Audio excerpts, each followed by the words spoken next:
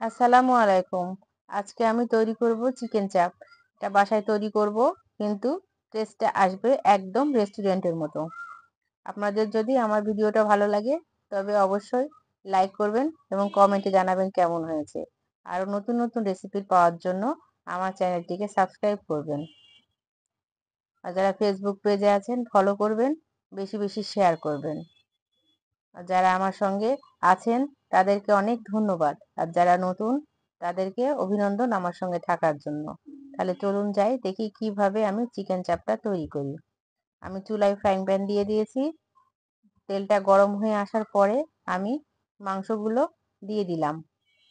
এতে আমি কোনো কিছুই দিইনি, মেরিনেশনও করিনি, করার দরকার হবে না। একটু ভেজে নেব। নেয়ার পরে সামান্য একটু হলুদ আর সামান্য একটু মরিচের গুঁড়া দিব, দিয়ে এটা নাড়াচাড়া করে নেব। লবণ আমি এখন দেব না, কারণ লবণ দিলে মাংসে পানি ছেড়ে আসবে। এটা আমি পরে দেব।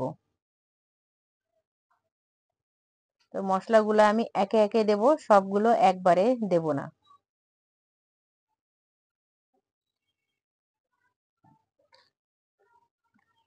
সবকিছু একবারে দিলে চিকেন চাপের টেস্টটা আসবে না। এভাবে একটা একটা করেই দিতে হবে। মরিচ গুঁড়াটা একটু অল্পই দিলাম, কারণ এখানে আমি অন্য একটা মশলা দিব, সেটাও ঝাল। ধনিয়া গুঁড়া দিলাম হাফ চামচ, জিরা গুঁড়া দিলাম হাফ চামচ, দিয়ে নাড়াচাড়া করে নেব।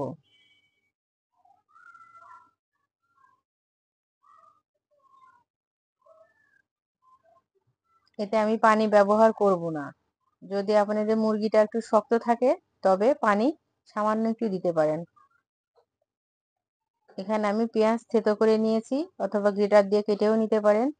রসুনও তাই একই অবস্থা করে নিয়েছি। এখানে 3 কোয়া মতো রসুন আছে, আর একটা গোটা পেঁয়াজ আছে। এখানে গরম মশলা গুঁড়া দিয়ে দিলাম, আপনারা চাইলে গোটা গরম মশলাও দিতে পারেন। ভাজা জিরার গুঁড়া দিলাম। যেহেতু মাংস, এতে একটা গন্ধ থাকে, এই গন্ধটা যাতে না লাগে সেই জন্য আমি গরম মশলার গুঁড়া এবং ভাজা জিরার গুঁড়া দিয়ে দিলাম। এবার ভালো করে নেড়ে চেড়ে সবকিছু মিশিয়ে দেব। এবার আমি ঢাকনা দিয়ে দিয়ে রান্না করব, একদম অল্প আঁচে। আদা বাটা দিয়ে দিলাম 1 চামচ মতো। এটা দিলাম তান্দুরি মশলা। এখানে আমি 2 চামচ মতো তান্দুরি মশলা দিয়েছি। এটা দিতেই হবে, যে কোনো সুপার শপে পেয়ে যাবেন তান্দুরি মশলা নামে। এটা না দিলে চিকেন চাপের যে টেস্ট, সেই টেস্টটা আসবে না। এটা অবশ্যই দিতে হবে। নাড়াচাড়া করে দিলাম। এই পর্যায়ে আমি লবণটা দিয়ে দিব, কারণ এখন আর মাংসে কোনো পানি নেই। সম্পূর্ণ পানি বের হয়ে গিয়েছে এবং মাংসটাও অনেকটা সেদ্ধ হয়ে গেছে।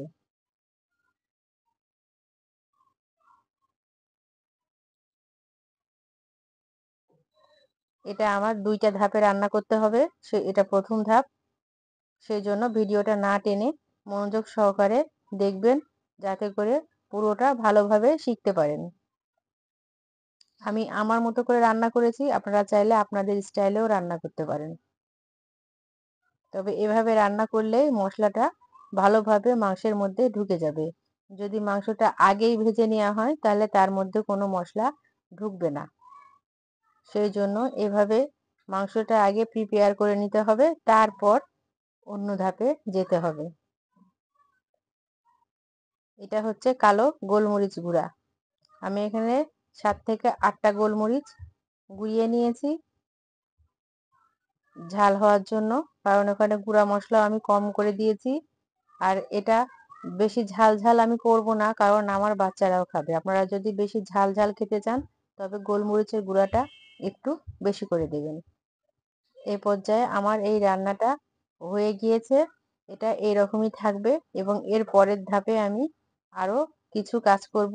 আপনারা ভিডিওটা না টেনে দেখবেন এবং কমেন্টে জানাবেন কেমন হয়েছে। আমি একটা কড়াইয়ে কিছু পেঁয়াজ নিয়ে বেরেস্তা করে নিয়েছি। এই বেরেস্তাটা আমি এই মাংসের মধ্যেই দেব। বেরেস্তাটা উঠিয়ে নিলাম।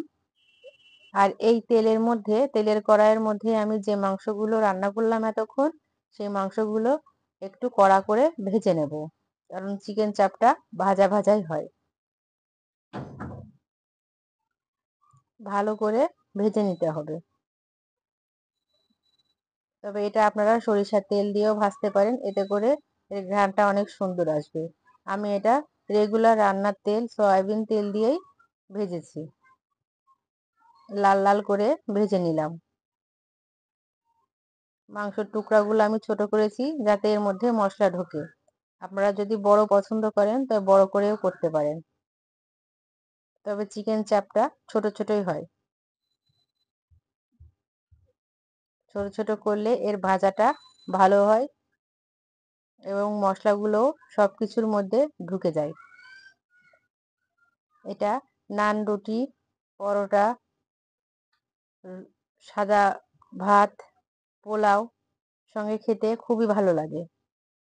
আপনারাও বাসায় ট্রাই করবেন, এই পদ্ধতিটা ফলো করবেন, দেখবেন অনেক ভালো লাগবে খেতে।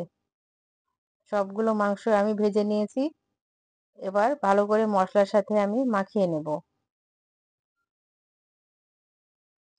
পেঁয়াজ বেরেস্তাটাও এর উপর দিয়ে দিব, দিয়ে কিছুক্ষণ চুলায় নাড়াচাড়া করে নেব। এতে করে এর মধ্যে পেঁয়াজের যে ঘ্রাণটা আছে সেটাও ঢুকে যাবে এবং খেতেও অনেক ভালো লাগবে।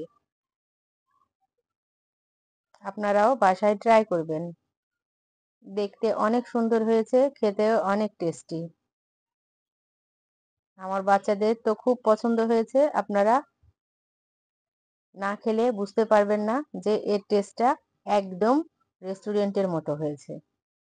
সেই জন্য বাসায় ট্রাই করতে হবে। এতক্ষণ আমার সঙ্গে থাকার জন্য ধন্যবাদ। ধন্যবাদ সবাইকে। খোদা হাফেজ।